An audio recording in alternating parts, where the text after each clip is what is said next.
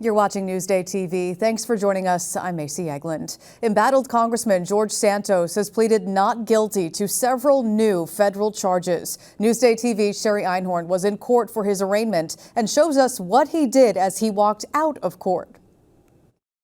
A wave and a kiss. That's what the media got from Republican Congressman George Santos after his appearance here in federal court. He made no comments and answered no questions outside. Santos pled not guilty to 10 new criminal charges. The judge also set a tentative trial date of September 9th, 2024.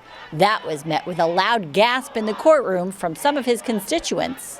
He's not doing any work for us. I am shocked. I am outraged. This is not a representative. This is a man who has gotten his position through carefully crafted lies. The new charges include conspiracy to commit offenses against the United States, wire fraud, falsifying records, making false statements, identity theft, and device fraud. He was perfectly calm. He managed to evade cameras on the way in. He was wearing blood red shoes, which everybody took a note of. Seemed to be very calm. He answered the judge calmly, did not look around the courtroom a lot.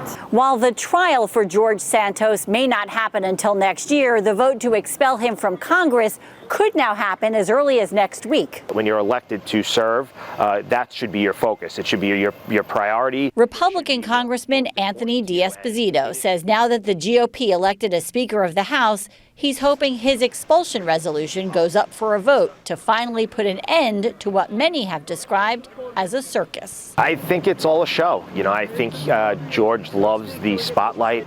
He loves the fact that he can walk around Capitol Hill and have cameras following him.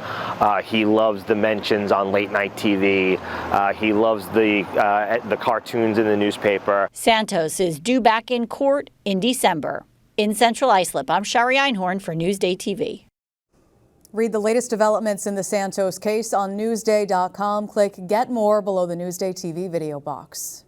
A Baldwin man has been found guilty of murder for a hit and run at a gas station. It happened back in 2018 when Joshua Roston ran over a gas station attendant after stealing $22 worth of gas.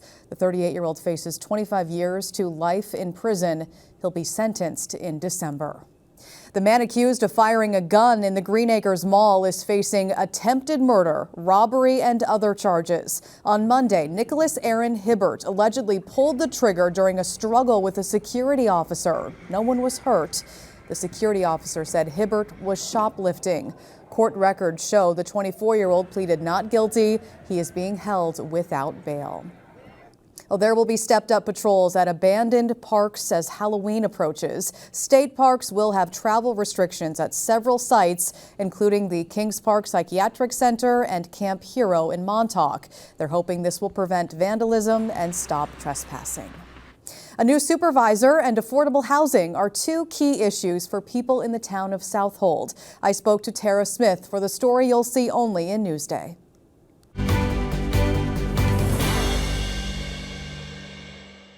Tara Smith is Newsday's Town of Southold reporter, and as we get closer to Election Day, we are taking a deep dive into the issues voters are really concerned with as they choose their next town officials. And Tara, there will be a big change in Southold this election year. That's right. The longtime incumbent supervisor of 18 years is not seeking re-election. So no matter how the election shakes out this year, voters in Southold for the first time in 20 years will be picking a new town supervisor. Big difference. So what will that new leadership have to tackle right out of the gate? The new leadership will have to really take a look at Southold's identity. One thing you hear a lot is keep Southold, Southold. Mm-hmm. And when you delve into what that means, I think preservation of what Southold is, the rural character, the agriculture, everything people love about it is really at stake. There's an intense development pressure that the town is up against right now.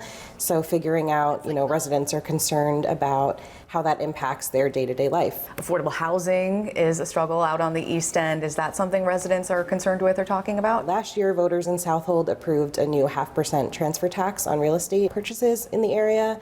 That fund will be used to look at housing solutions And this year, residents are looking to town officials to begin implementing that. What are some of the other big issues you've been hearing for residents out on the North Fork there? I think the environment is always top of mind for people living on the North Fork, especially being surrounded by so much farmland and also the water. Lots of people make their livings on the water and also like to recreate on the water. So I think preserving that while also coming up with ways to protect it in the face of climate change and issues like that will be really important for folks. Some environmental initiatives. Yeah. Absolutely. Right. Thank you, Tara. Thank you. You can read more about the issues in Southold and what matters in your town on Newsday.com. Click Get More below the Newsday TV video box. The Shinnecock Nation wants to build a new high school. The Tuckahoe School District will conduct a feasibility study on this request now. Officials say the proposal is in preliminary stages. The school would have a curriculum that incorporates history and culture of the Shinnecock people. If approved, it could take years to complete. Amityville is the latest district to file a lawsuit over the statewide Native American mascot ban. The district is suing the Board of Regents to keep its warrior's name. The lawsuit claims the district has already retired any Native American imagery in a rebranding effort that has cost about $1 million. Dr. Anthony Fauci will give a graduation speech at Hofstra later this year. The university says the former infectious disease advisor will also get an honorary degree. He will speak to about 600 undergrad, grad school, and law students during a mid-year commencement in December.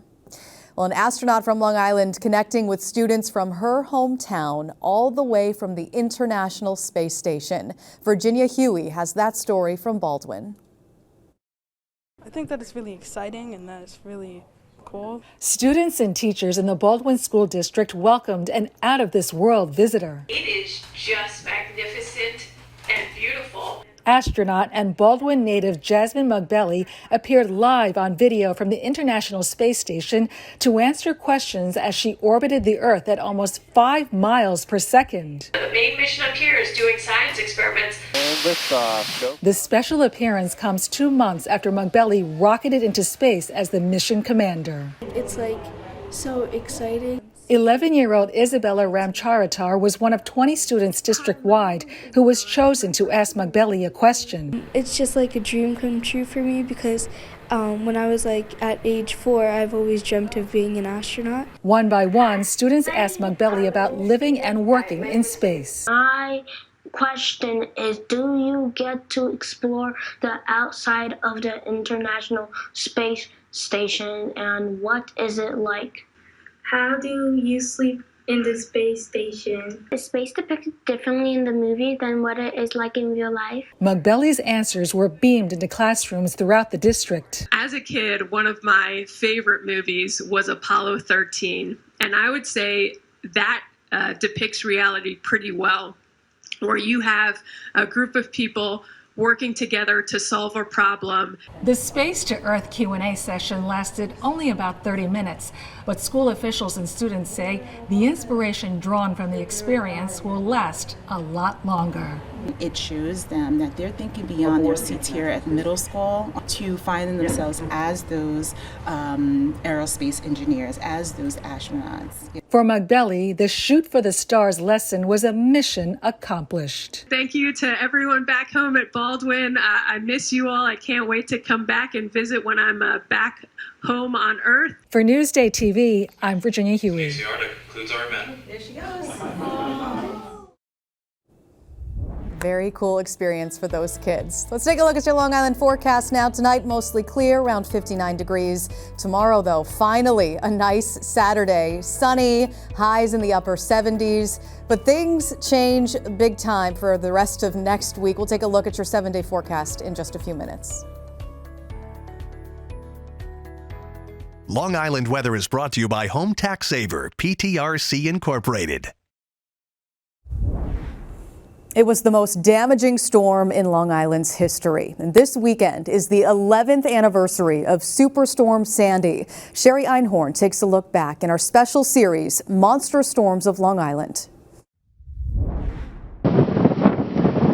You can't imagine it. It's something you have to see, and the power of it. Sandy, the storm that wasn't a hurricane, considered to be the most damaging in Long Island history. We thought we were safe here, and we weren't. Sandy was huge. The entire island, very rare, got clobbered from this storm. The storm was more than 1,000 miles wide at one point. It came towards Long Island, then made a left turn towards New Jersey, and the winds, the size of the storm, pushed a wall of water ahead of it. And it's the water, the surge, the ocean and sound water that caused the damage. The damage was incomprehensible. Historic flooding and beach erosion like no one had witnessed before. For so many, the loss was simply too much to bear. I've had enough. My nerves are shot. I can't do this anymore. I'm done. 13 Long Islanders died during the massive storm. Major roadways and airports were shut down. MTA bridges and tunnels were closed. The railroad was suspended.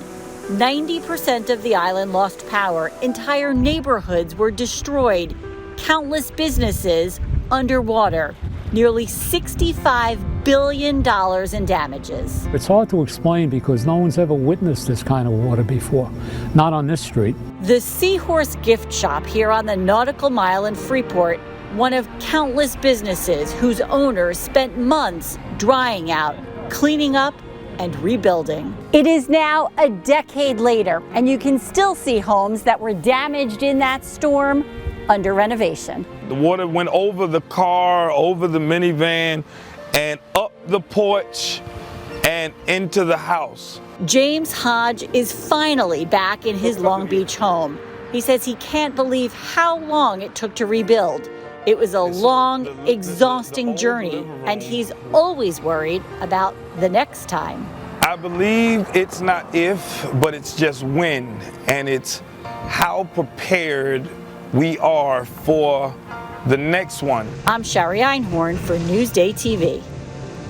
For more on Sandy and the changes made on the island since then, go to Newsday.com, click Get More below the Newsday TV video box.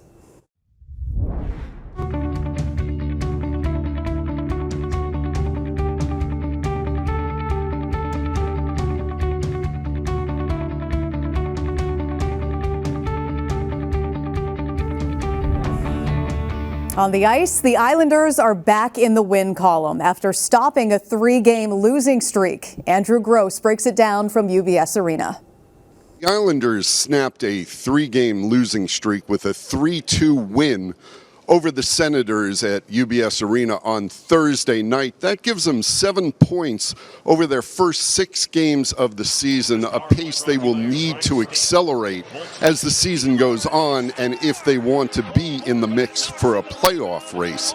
From here, the Islanders go to Columbus for just their second road game on Saturday night before returning to UBS Arena to face the Red Wings on Monday night. The road does get more roadier, if that is a word, as the Islanders play 9 of their 14 games in November, including their first extended road trip of the season. For the Islanders to do better, there are a couple of areas in which they need to improve. First, they cannot keep going on giving up 8 power plays per game, as they did to the Senators. Luckily, the penalty kill and goalie Ilya Sorokin have both been good. They only allowed the Senators 1 power play goal, but 8 power play chances. For Newsday TV, I'm Andrew Gross. For the latest on the Islanders season, go to Newsday.com, click Get More below the Newsday TV video box. Feed Me is brought to you by PC Richard & Son.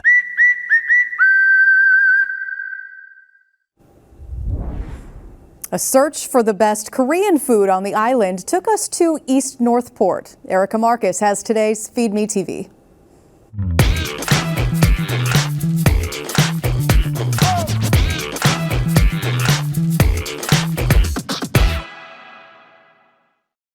As we head into our 11th year, there are always constants on Newsday's list of top 100 restaurants. But every year brings not only new restaurants, but new categories.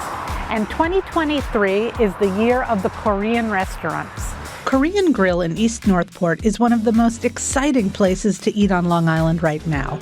Where other Korean grills use gas, this one only uses live charcoal fire.